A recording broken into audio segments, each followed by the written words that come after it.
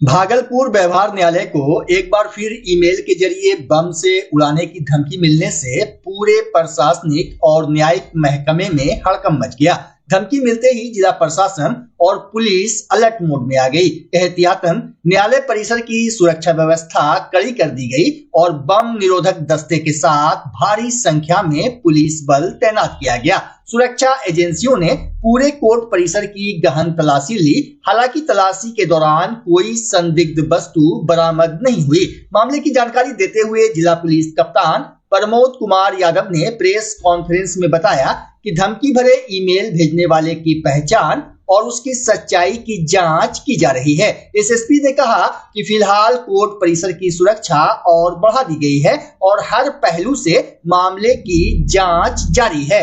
आज का जो प्रेस कॉन्फ्रेंस है ये बुलाया गया एक महत्वपूर्ण मामला है। आप लोगों को पता होगा कि कुछ दिन पहले भी यहाँ के जो जिला व्यवहारिक न्यायालय है कोर्ट में एक बम थ्रेट आया हुआ था, जो एक होक्स मैसेज के माध्यम से, एक ईमेल के माध्यम से जो है कोर्ट परिसर के जो कंप्यूटर है उसमें भेजा गया था। और उसमें उस दिन तत्काल हम लोग BDDS टीम, जो हम लोग की स्पेशल टीम होती है, उसमें पूरा एक सैनिटाइजेशन किया गया था। तो सैनिटाइजेशन के बाद पता चला था इट वाज होक्स और उसमें कुछ मतलब कोई तथ्य जो है सही नहीं था और उसके आलोक में पूरी कार्रवाई की गई थी। और उसी आलोक में हम लोगों ने एक प्राथमिकी भी दर्ज किया था, जिससे संबंधित जो भी उसके टेक्निकल डिटेल्स वगैरह होते हैं जो माइक्रोसॉफ्ट या अन्य जो कंपनियां हैं उनको भेजा गया है उसकी IP और अन्य चीज़ें प्राप्त करने के लिए।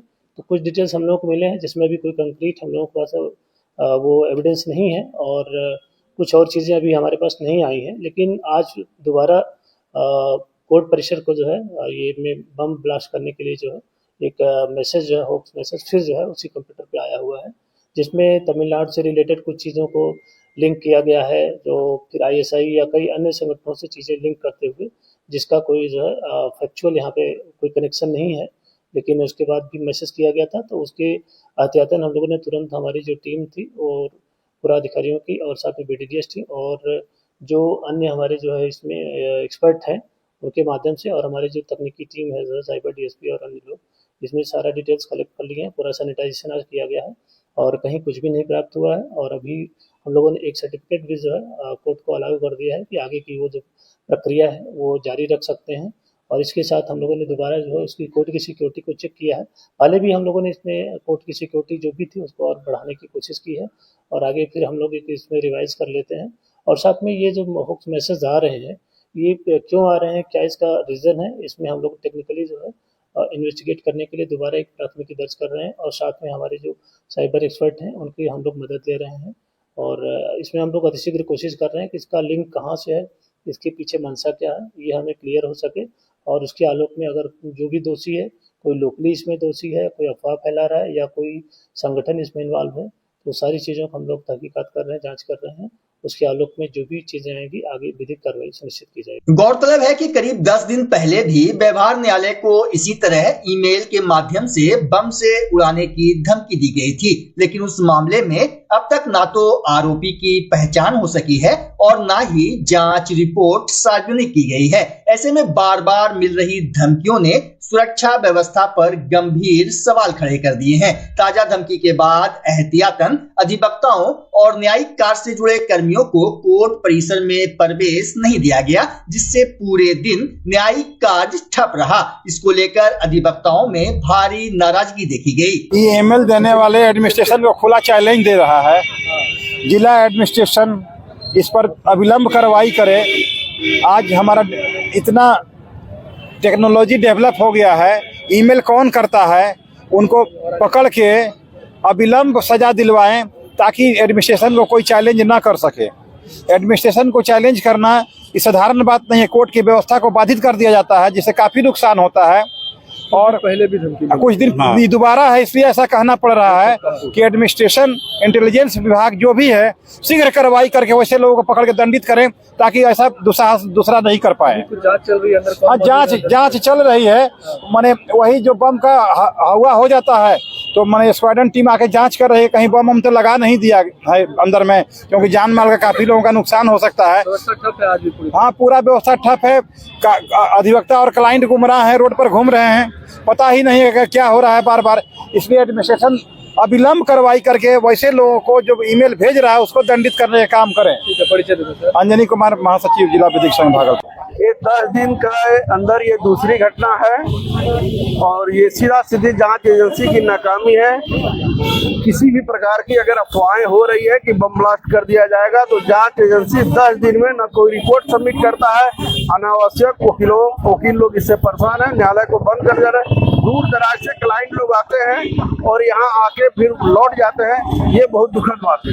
ये सीधा सीधी गवर्नमेंट की नाकामी समझी जाएगी। ये 10 दिन पूर्व भी इसी तरह की एक घटना घटी थी जिसमें आज तक न कोई न्यूज दिया गया, न गवर्नमेंट की तरफ से कोई रिपोर्ट आया। यहाँ जांच एजेंसी अभी तक कहाँ तक पहुँचा? क्या नाम है? Vinod Kumar Yadav, civil court Bhagalpur. मामला कुछ नहीं है, हर बार भेड़िया आ रहा है का बहाना करके जो है हमारा जो न्याय व्यवस्था है इसको पूरी तरह से ठप करने का काम कर रहा है। हमारा जो सूचना तंत्र है वो पूरी तरह से फेल्योर है। व्यवस्था को हम लोग ले तो लिए हैं लेकिन व्यवस्था को चलाने का क्षमता हमारे में अभी भी नहीं है। यही है, पिछले बार की तरह इस बार भी अफवाह निकलेगा। जांच हो रहा है, क्या जांच हो रहा है? सिर्फ फॉर्म पूरा किया जा रहा है प्रशासन के द्वारा। लोग दूर देश से आ रहे, परेशानी हो रही है, वकील को भी हो रही है, वकील के साथ साथ क्लाइंट को भी हो रही है। और व्यवस्था जो है, प्रशासन जो है सो जांच के नाम पे अपना फॉर्म पूरा करके फिर वही जीरो का जीरो था, फिर किसी तरह आ जाएगा, फिर इसी तरह से काम को बाधित किया जाएगा। तो न्यायालय को तो मजाक बना के रख दिया है। क्या नाम है? मेरा नाम महावीर तिवारी हुआ। क्या है? हम एडवोकेट हैं। भागलपुर के मौलाना चक इलाके में अपराधियों के बुलंद हौसले एक बार फिर सामने आए, लेकिन इस बार पुलिस की सक्रियता भारी पड़ी। मुजाहिदपुर थाना क्षेत्र अंतर्गत नगर निगम वार्ड संख्या 39 के पार्षद पति अब्दुल सरवर कुरैशी उर्फ मिंटू कुरैशी के घर पर बम फेंकने की सनसनीखेज घटना के बाद पुलिस ने तेजी से कार्रवाई करते हुए आरोपियों को गिरफ्तार कर लिया। पुलिस के अनुसार घटना से पहले पार्षद पति से लगातार रंगदारी की मांग की जा रही थी। रंगदारी नहीं देने पर हथियार लहराकर जान से मारने की धमकी दी गई और दहशत फैलाने के मकसद से पूरी वारदात का वीडियो भी बनाया गया, जो बाद में सोशल मीडिया पर वायरल हो गया। वीडियो वायरल होते ही मुजाहिदपुर थाना पुलिस हरकत में आई और फुटेज के आधार पर आरोपियों की पहचान कर त्वरित छापेमारी कर उन्हें दबोच लिया। बताया जा रहा है कि बीते 4 फरवरी को अपराधियों ने पार्षद पति के घर के सामने बम फेंका, जिससे इलाके में अफरा तफरी मच गई। एसएसपी प्रमोद कुमार यादव ने बताया कि अन्य संलिप्त आरोपियों की गिरफ्तारी के लिए छापेमारी जारी है और मामले की गहन जांच की जा रही है। कराना चाहते हैं कि मुजाहिदपुर में 2 दिन पहले एक वीडियो वायरल हुआ था जो हम लोग को प्राप्त हुआ था, और एक वहाँ पे क्रिमिनल है जो पहले जेल रहा है, जेल से छूटा हुआ है कुछ दिन पहले, और आने के बाद वो एक हाथ में एक हथियार लेते हुए और दूसरे हाथ से जो यहाँ पर पटाखा बम लोकली बनाने के जो कुछ क्रिमिनल इसमें जो है माहिर हैं, उसी से जो है एक खुले मैदान में पटकता है और कुछ जिससे उसकी साथ दुश्मनी या जो भी चीज़ है उनको वो वार्न करते हुए उसमें कुछ गाली गलौज करता है। वो वीडियो जैसे हम लोगों को संज्ञान में आया, तुरंत उसमें प्राथमिकी दर्ज की गई। एक विशेष टीम एसडीपीओ सिटी 2 के नेतृत्व में गठित करते हुए हमारे डीआईओ की टीम थानाध्यक्ष ने उसमें तुरंत रेड छापामारी चालू कर दी और उसी के आलोक में उससे संबंधित जो वीडियो में 2 अपराधी थे उनकी गिरफ्तारी, साथ में अन्य जो है करीब 5 अपराधियों की जो गिरफ्तारी हुई, जिसमें एक पिस्टल, एक कट्टा और कुछ जो बारूद की जो है वो मसाला था उसको हम लोगों ने बरामद किया है। और इस तरीके से उसमें एक अक्यूज और उसमें जो गिरफ्तारी करना है वो बाकी है, उसके लिए हम लोग छापामारी कर रहे हैं और संभवतः वो कहीं यहाँ से निकला हुआ है जो हम लोगों को सूचना मिली हुई है, लेकिन जो बचा हुआ है उसमें लोग गिरफ्तारी का प्रयास कर रहे हैं। बाकी जो उसमें अभियुक्त शामिल थे 5 लोगों की गिरफ्तारी कर ली गई है। ऐसी जो भी गतिविधि करता है उसके तत्काल जो विधिक रूप से जो है कार्रवाई की जाएगी, फिर वो चाहे किसी प्रकार का क्रिमिनल हो। साथ में हम लोग उसके और जो रिकॉर्ड्स खंगाल रहे हैं उसमें जो अन्य लोग शामिल हैं, ये किस प्रकार की गतिविधि और ये कहाँ से ये जो पटाखा बम बनाते हैं इसका मसाला वगैरह या जो भी चीज़ इसमें है और कहाँ से प्राप्त करते हैं, तो उसकी भी हम लोग एक रिपोर्ट मतलब मंगा रहे हैं और साथ में लोकल आसूचना संकलन करते हुए इसको बृहद स्तर तक छापामारी की जाएगी और जो भी इसमें शामिल है उनकी गिरफ्तारी की जाएगी। आपराधिक हिस्ट्री भी है सर? हाँ, उसका आपराधिक हिस्ट्री है, पहले भी जो है और कुछ कांडों में वो जेल गया हुआ था और उसी आलोक में जो पहले से जिससे उसकी दुश्मनी थी उसी को चेतावनी देने के लिए उसको जो है एक वार्निंग करने के लिए जो है वो वहाँ पर ये जो पटाखा बम था उससे फोड़ते हुए एक मैदान में और संबंधित को जो है वो गाली गलौज करते हुए जो है वीडियो में अपना अकेले ही देखा गया है और उसी के आलोक में कार्रवाई की गई है। एक अभियुक्त बचा है, उसकी गिरफ्तारी अतिशीघ्र कर ली जाएगी। वैशाली जिले के हाजीपुर स्थित डीटीओ कार्यालय में उस वक्त अफरा तफरी मच गई जब डीएम वर्षा सिंह अचानक निरीक्षण के लिए पहुंची। मीडिया रिपोर्ट्स के अनुसार डीएम को डीटीओ कार्यालय में ड्राइविंग लाइसेंस और वाहन संबंधी कार्यों के नाम पर अवैध वसूली एवं दलालों की सक्रियता की गुप्त सूचना मिली थी। निरीक्षण के दौरान एक दलाल को रंगे हाथ गिरफ्तार किया गया। उसके मोबाइल की जांच में लेन देन से जुड़े कई अहम सबूत सामने आए हैं। मौके पर ही सदर थाना पुलिस को बुलाकर आगे की कानूनी प्रक्रिया शुरू कर दी गई। डीएम वर्षा सिंह ने साफ कहा कि कार्यालय से बाहर बैठकर काम करने वाले या अवैध गतिविधियों में शामिल अधिकारी कर्मचारी भी कार्रवाई से नहीं बचेंगे। उल्लेखनीय है कि हाजीपुर डीटीओ कार्यालय को लेकर पहले भी भ्रष्टाचार से जुड़ी खबरें और वीडियो सामने आते रहे हैं। सूचना प्राप्त थी कि डीटीओ ऑफिस में अनधिकृत व्यक्तियों का प्रवेश होता है और उनके द्वारा जो ड्राइविंग लाइसेंस है और आरसी है वो सब के बारे में बाहर डीलिंग्स की जाती है। उसी क्रम में आज ये औचक निरीक्षण किया गया है और एक दलाल पकड़ाए भी हैं। अभी सदर थाना यहाँ आया हुआ है और उनके मोबाइल में सारे एविडेंस देखे गए हैं कि वो किस प्रकार से सारी डीलिंग्स कर रहे हैं बाहर पब्लिक से, तो उन पर एफआईआर की कार्रवाई की जा रही है। कुछ अधिकारी आपको देखकर भागते हुए दिखाई दे रहे थे। यहाँ पर अंदर जब जांच शुरू हुई है तब केवल डीटीओ उपस्थित थे पदाधिकारी के रूप में। यहाँ एडीटीओ या एमवीआई कोई पदाधिकारी उपस्थित नहीं थे। तो जो अनुपस्थित थे उन पर भी कार्रवाई होगी, जो कर्मी अनुपस्थित थे उन पर भी कार्रवाई होगी। एडिशनल डीटीओ आपको देखकर मैम देखे भाग के गाड़ी रोक के फिर भागते हुए दिखाई दे रहे थे। जांच हो रही है सभी के जितने जो कार्य आवंटन यहाँ पे है, कौन क्या क्या काम करता है, वो सबकी जांच हो रही है। किसके लॉगिन में क्या क्या पेंडेंसीज है उसकी भी जांच हो रही है। सबसे स्पष्टीकरण की मांग की जाएगी कि क्यों पेंडेंसीज है। और जांच टीम अभी यहाँ पर अवेलेबल है, 2 घंटा उनको और लगेगा और ये तब तक गेट क्लोज रहेगा। तो पूरी जांच होगी, उस आलोक में कार्रवाई की जाएगी। कुछ अधिकारी गिरफ्तारी भी हुई है क्या? एक व्यक्ति गिरफ्तार अभी हुए हैं ऊपर, उनसे विशेष डिटेल्स लिए जा रहे हैं, हमको थाना ले जाएंगे। जांच के क्रम में कुछ अवैध कागज मिले हैं? अवैध अभी पेंडेंसीज पे हम लोग इंटरेस्टेड है। अब उस व्यक्ति के मोबाइल में जो अवैध कम्युनिकेशन है, जो गोपनीयता है ऑफिस की और जो बाकी पैसे के लेन देन की बातें हैं उसमें जो प्रमाण है उसके आधार पे कानूनी कार्रवाई की जाएगी। यदि ऐसा पाया जाता है कि सरकारी पदाधिकारी या कर्मी द्वारा चीजों को डिले किया जा रहा था किसी और वेस्टेड इंटरेस्ट में, तो उन पर भी कार्रवाई। अधिकारियों पर भी कार्रवाई होगी? अधिकारी यदि दोषी पाए जाते हैं कि पेंडेंसी जो है वो अनावश्यक रूप से किया जा रहा है तो उस आलोक में कार्रवाई।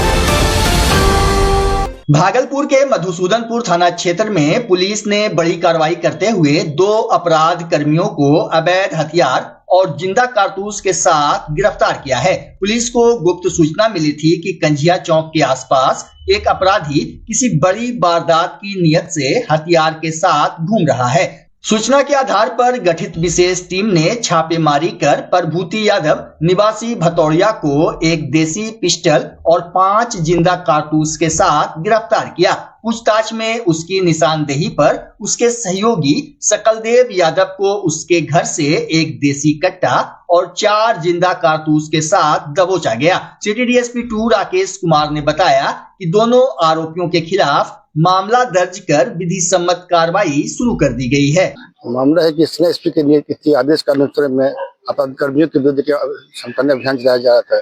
इसी अभियान के क्रम में मधुसूदनपुर थाना को सूचना मिली कि मधुसूदनपुर थाना कांड संख्या 204 के प्राथमिकी अभियुक्त प्रभूति यादव जो कि अपराध कर्मी है, सूचना मिली जिसके आलोक में इंस्पेक्टर के द्वारा अपने अन्य टीम का गठन कर छापेमारी किया गया। इसी छापेमारी क्रम में प्रभूति यादव को गिरफ्तार किया गया और गिरफ्तार किया गया और उससे पूछताछ करने पर उनके द्वारा बताया गया कि जो घटना 204 अवधि के 24-25 में किया गया घटना में जो विशेष छिपा के खुलना जगह रखा हुआ है, इसकी आलोक में छापेमारी किया गया।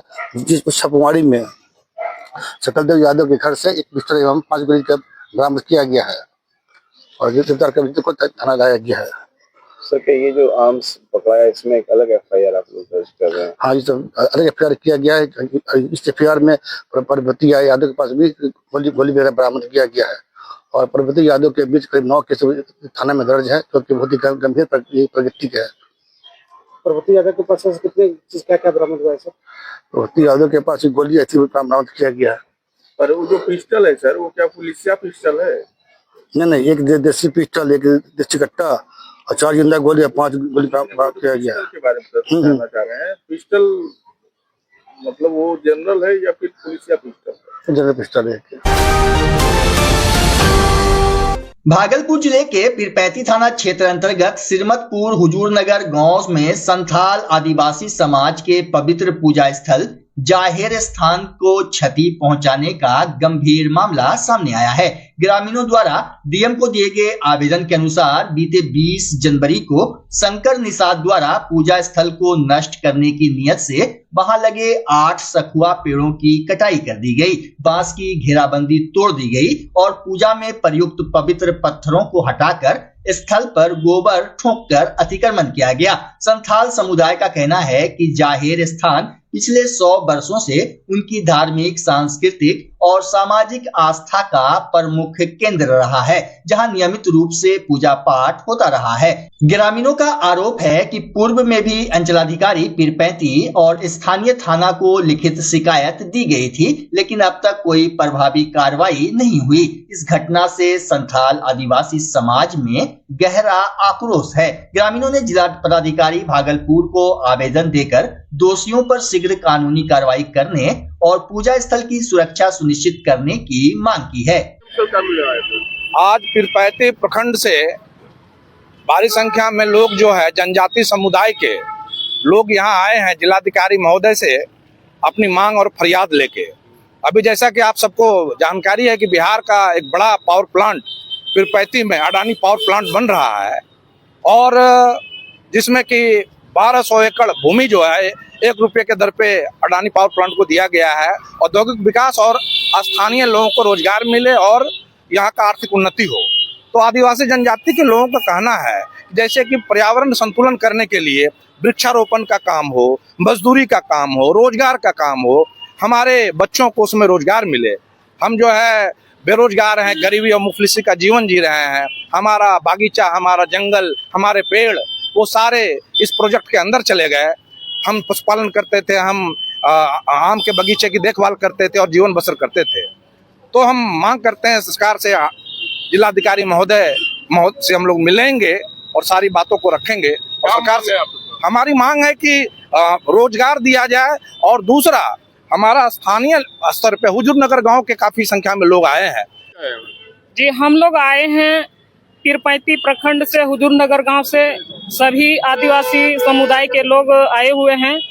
अभी हमारे यहाँ पीरपैंती प्रखंड में अडानी पावर प्लांट जो यहाँ पे सरकार लेके आए हैं, तो अभी हमारे जो जितने भी मतलब आदिवासी समाज के लोग हैं, बहुत लोगों का जमीन जगह नहीं है। जो भी मतलब हम लोगों का गट्ठा डंटा है उसमें हम लोग अपना रोजगार जीवन गुजर बसर करते थे।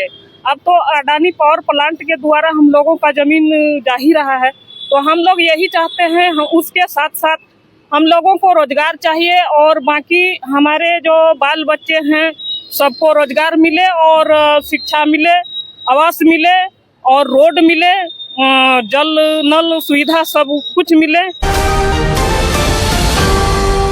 भागलपुर जिले के ऐतिहासिक कर्णगढ़ की परंपराओं को बचाने के लिए अब आम लोग संगठित होने लगे हैं। इसी क्रम में नाथनगर क्षेत्र में कर्णगढ़ पर सैकड़ों लोगों की मौजूदगी में एक आम सभा आयोजित की गई, जिसमें जिला प्रशासन से चैती नवदुर्गा कर्णगढ़ मेला के लिए 20 दिनों की स्वीकृति देने की सामूहिक मांग की गई। आम सभा का संचालन वरिष्ठ पत्रकार परसून लतांत ने किया, जबकि अध्यक्षता कर्ण वेलफेयर फाउंडेशन के सचिव प्रमोद सिन्हा ने की। उन्होंने सरकार की उदासीनता पर रोष जताते हुए कहा कि बिहार के अन्य पारंपरिक मेलों को अनुदान और अनुमति मिलती है, लेकिन कर्णगढ़ मेला उपेक्षा का शिकार है।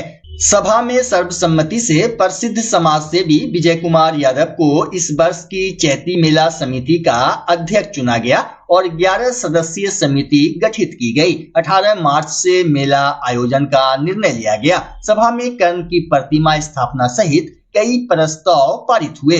हजारों गाँव में लाखों लोग आते हैं।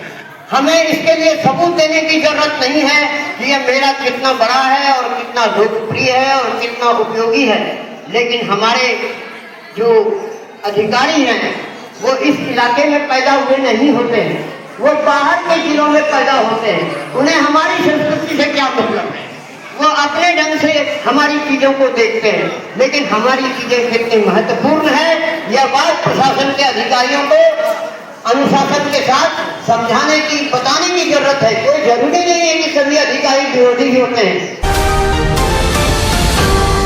भागलपुर जिले के फतेहपुर में रविवार को गुलजार उम्मीद ट्रस्ट की ओर से एक सामाजिक कार्यक्रम का आयोजन किया गया। कार्यक्रम के दौरान ट्रस्ट के उद्देश्यों की जानकारी दी गई। ट्रस्ट के फाउंडर मोहम्मद गुलजार सवा एवं निदेशक फरजीना हमीदी ने बताया कि संस्था बिना किसी भेदभाव के जरूरतमंद और समाज के वंचित वर्गों की सहायता के लिए कार्य कर रही है। ट्रस्ट बुनियादी शिक्षा, मार्गदर्शन और करियर सलाह के साथ साथ स्वास्थ्य सेवाएं भी उपलब्ध कराता है, जिसमें मोतियाबिंद सर्जरी और अन्य चिकित्सा सहायता शामिल है। इसके अलावा विवाह एवं पारिवारिक सहयोग, सामाजिक और कानूनी समस्याओं में सहायता भी प्रदान की जाती है। ट्रस्ट का लक्ष्य करुणा और सेवा भाव से लोगों के जीवन में आशा, सम्मान और सकारात्मक बदलाव लाना है। प्रोग्राम कर रहे हैं आप लोग?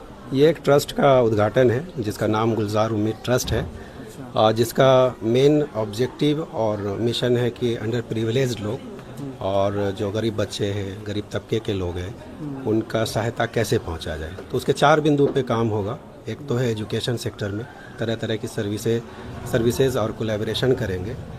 दूसरी चीज़ है मेडिकल में। मेडिकल सर्विस तो ऑलरेडी गवर्नमेंट की ढेर सारी चलती है, लेकिन हम लोग उसको जो है बेसिक लेवल पे कुछ जो है अवेयरनेस के लिए कर सकते हैं, एम्बुलेंस सर्विस को बेहतर करवाने सकते हैं। तो ये ट्रस्ट जो उन चीज़ों के लिए काम करेगा जो ऑलरेडी है हमारे बीच, बट वो कहीं ना कहीं एक गैप है, तो उस पर काम करेंगे। तीसरी चीज़ है सोशल सर्विसेज। हम लोगों के सबकी एक पर्सनल रिस्पॉन्सिबिलिटी के साथ एक सोशल रिस्पॉन्सिबिलिटी भी है कि एग्जाम्पल के तौर पे अगर एक सफाई भी करनी है तो that is called as social responsibility, that वो मुझे डिलीवर करना है कि सोशल रिस्पॉन्सिबिलिटी लेके। तो ये ट्रस्ट जो है एक जागरूकता की तरफ भी काम करेगा, साथ साथ सरकार की कुछ योजनाएं हैं, गो ग्रीन, एंटी प्लास्टिक या एंटी टोबैको, उनको भी सहायता मतलब उनको भी कोलैबोरेट करके कोशिश करेगा उस तक पहुँचे। लेकिन इनका मेन मकसद जो जाएगा वो अंडर प्रिविलेज बच्चों, परिवार और जो स्कूल ड्रॉप आउट्स बच्चे हैं, वो कल कैसे वो उसको हम कन्विंस कर करके उनको एटलीस्ट एक ग्रेजुएशन हो, एक डिग्री वो हासिल कर ले और फिर उसके बाद एक बेसिक उसको ट्रेनिंग मिल जाए, ताकि आने वाले दिन में वो जो है कुछ स्किल्ड बन करके कुछ जगह जॉब ले, ना कि वो ये सोचे कि हमको बस ज़िंदगी जीनी है और 50 रुपया या 500 रुपया कमाना है, वो खुद पे डिपेंड हो। तो वो है, तो ये एक कह सकते हैं कि ये एक जो इसका बुनियाद है उसकी मेन चीज़ यही है। हम सहायता नहीं करना चाहते, हम एनेबल करना चाहते हैं लोगों को। हम चाहते हैं कि आपके अंदर जो कैपेसिटी है, जो टैलेंट है, वो आपको मैं अगर हम थोड़ा सा कंट्रीब्यूट कर दें और आप अपनी ज़िंदगी में अगर कहीं पर बेहतर से काम कर सकें, that will be called our achievement. और उसी पे हमारी टीम, मैं सब मिल के काम कर रहे हैं।